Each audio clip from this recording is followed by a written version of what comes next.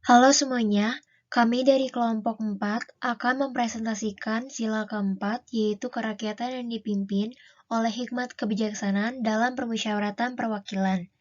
Kelompok kami beranggotakan Agnia Rahma, Helen Meliu, Michelle Wijaya, dan Puswita Cendana.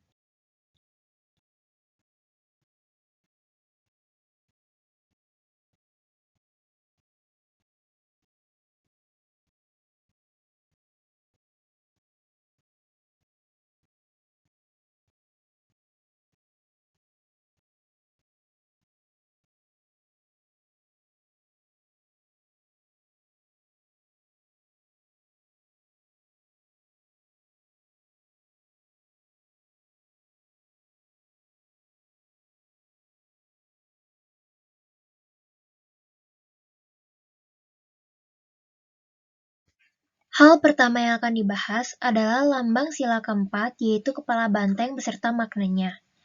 Makna yang pertama adalah, banteng merupakan hewan sosial yang suka berkumpul. Artinya, musyawarah dalam sila keempat dapat tercapai apabila adanya suatu perkumpulan. Kemudian banteng juga dikenal sebagai hewan yang kuat. Filosofinya, jika musyawarah di Indonesia berjalan dengan baik, maka Indonesia pun akan bersatu menjadi sebuah bangsa yang kuat. Jadi, semakin rakyatnya berkumpul, bersatu dan bermusyawarah, maka Indonesia akan dapat mewujudkan cita-citanya. Oleh karena itu, tidak heran jika banteng menjadi pilihan yang tepat untuk melambangkan sila keempat. Selanjutnya, kami akan membahas pengertian sila keempat yang berbunyi kerakyatan yang dipimpin oleh hikmat kebijaksanaan dalam permusyawaratan perwakilan.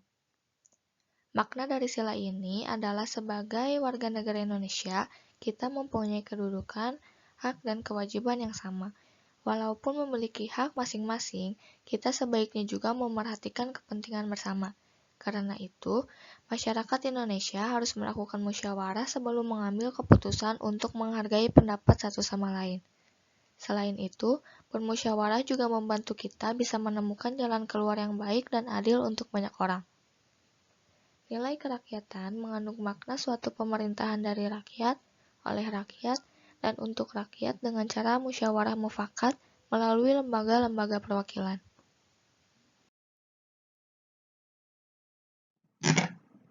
Sekarang kami akan menjelaskan tentang makna mana sila keempat. Yang pertama, poinnya ada kekuasaan rakyat adalah segalanya. Yang kedua ada menghargai keputusan bersama. Yang ketiga ada demokrasi. Yang keempat ada mufakat. Serta yang kelima ada berani bertanggung jawab. Pertama ada kekuasaan rakyat adalah segalanya. Rakyat Indonesia merupakan pemegang kedaulatan tertinggi dalam negara yang menjadi pedoman dalam penyelenggaraan setiap keputusan pemerintahan. Hal ini dikarenakan peranan, hak, dan kewajiban warga negara lebih besar untuk ikut serta atau berpartisipasi dalam pembangunan. Nah, jadi itu Indonesia tuh demokrasinya dari rakyat, oleh rakyat, dan untuk rakyat. Jadi kekuasaan tertinggi ada di tangan rakyat.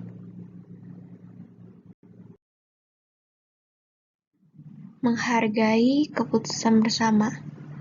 Makna sila keempat Pancasila dalam kehidupan berbangsa dan bernegara ialah saling menghormati dan menghargai setiap keputusan yang telah disepakati bersama. Hal ini penting dilakukan karena bisa menjadi satu antara jalan keluar dari berbagai konflik yang terjadi di dalam masyarakat. Ketiga, ada demokrasi. Mewujudkan demokrasi dari berbagai sisi kehidupan masyarakat, baik dalam bidang politik, hubungan ekonomi, maupun penyelenggaraan kebudayaan dan sosial dalam bernegara. Jadi, sila keempat Pancasila itu erat banget kaitannya sama demokrasi. Di sini ada mufakat. Mufakat itu adalah pengambilan segala bentuk keputusan bersama yang mengutamakan berbagai prinsip-prinsip sesuai ideologi kebiasaan masyarakat, yakni musyawarah untuk mencapai mufakat. Nah, yang kelima itu ada berani bertanggung jawab. Makna sila keempat Pancasila itu memberikan rasa tanggung jawab dalam melaksanakan keputusannya. Hal ini tentu saja menjadi hal yang mutlak, mengingat tanpa ada rasa tanggung jawab, kebijakan akan menyimpang dari segala kebutuhan masyarakat. Jadi, kita itu sebagai masyarakat warga Indonesia harus berani bertanggung jawab terhadap keputusan yang kita ambil. Ada 10 butir-butir pengamalan sila keempat berdasarkan ketetapan MPR nomor 1 tahun 2003. Yang pertama adalah, sebagai warga negara dan warga masyarakat, setiap manusia Indonesia mempunyai kedudukan, hak, dan kewajiban yang sama. Yang kedua, tidak boleh memaksakan kehendak kepada orang lain. Yang ketiga, mengutamakan musyawarah dalam mengambil keputusan untuk kepentingan bersama. Yang keempat, musyawarah untuk mencapai mufakat diliputi oleh semangat kekeluargaan. Yang kelima, menghormati dan menjunjung tinggi setiap keputusan yang dicapai sebagai hasil musyawarah.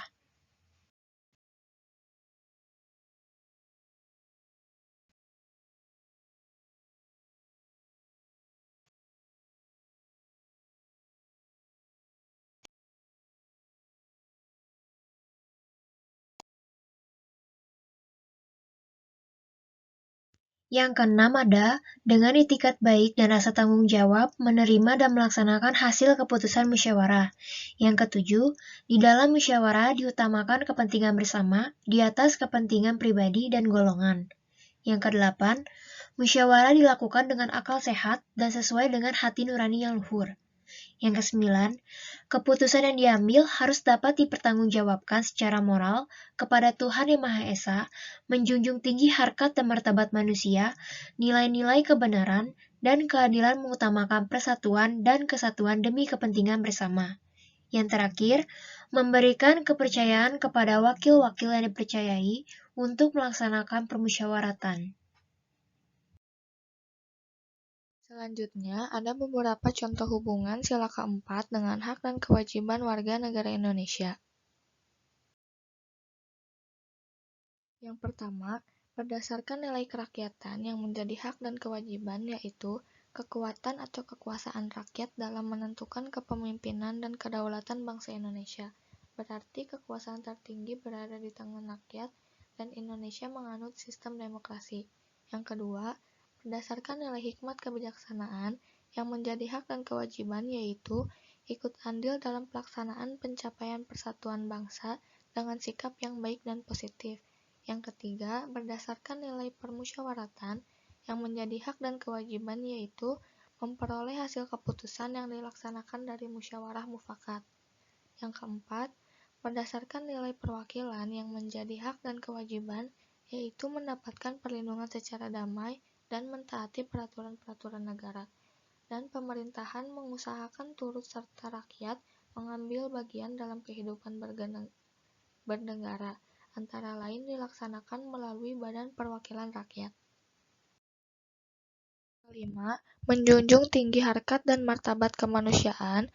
Yang keenam, menjamin dan memperkokoh persatuan dan kesatuan dalam hidup bersama. Yang ketujuh, mengakui atas perbedaan merupakan suatu bawaan kodrat manusia. Yang kedelapan, mengakui adanya persamaan hak yang melekat pada setiap individu, kelompok, ras, suku, maupun agama. Materi yang terakhir dari presentasi ini adalah nilai instrumental dan nilai praksis yang terkandung dalam sila keempat Pancasila.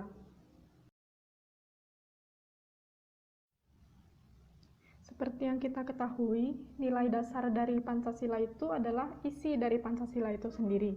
Kalau begitu, nilai instrumental Pancasila sila keempat itu bagaimana? Sebelumnya kita perlu memahami dulu apa arti dari nilai instrumental. Nilai instrumental itu adalah suatu nilai yang dapat diukur dan dapat diubah. Nilai instrumental ini merupakan jabaran dari nilai dasar dalam bentuk UUD 1945. Maksudnya di sini dalam bentuk peraturan.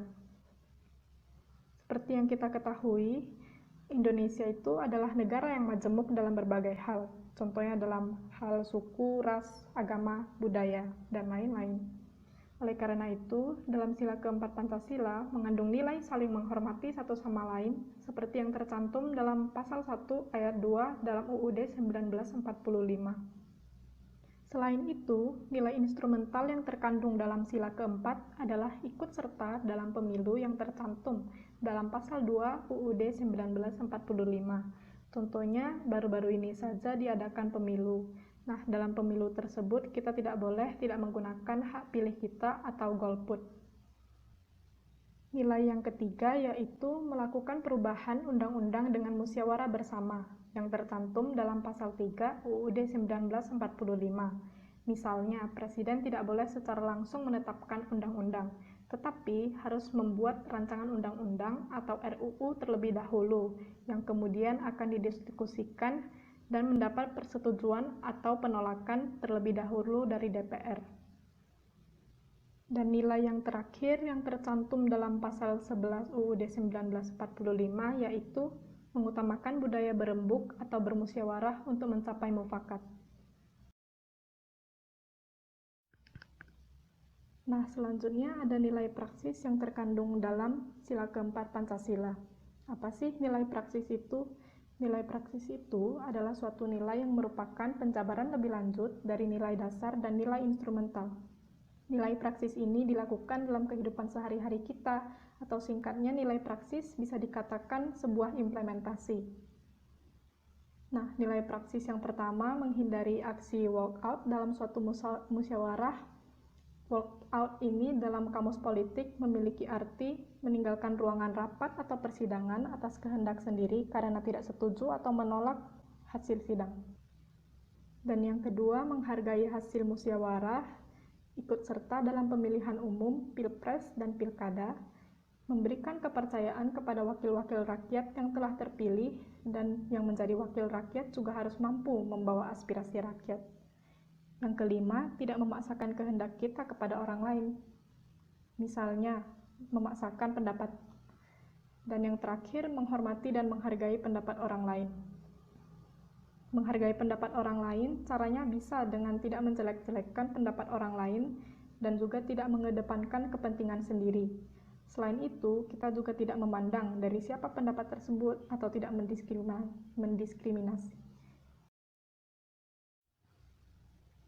Tentu saja dalam kehidupan sehari-hari tetap ada penyimpangan atau pelanggaran terhadap nilai-nilai sila keempat Pancasila. Contohnya, dengan melarang orang lain untuk berpendapat, memaksakan kehendak atau pendapat, tidak mau bermusyawarah, menolak hasil musyawarah, tidak menggunakan hak pilih saat pemilu atau golput, tidak mengakui keputusan DPR, mengabaikan hak politik orang lain, yaitu hak untuk dipilih dan hak untuk memilih, serta hak untuk ikut serta dalam organisasi, politik, dan kepemerintahan. Dan yang terakhir, mengutamakan kepentingan pribadi daripada kepentingan bersama. Sekian presentasi dari kelompok kami. Dipersilakan bagi yang ingin mengajukan pertanyaan. Terima kasih.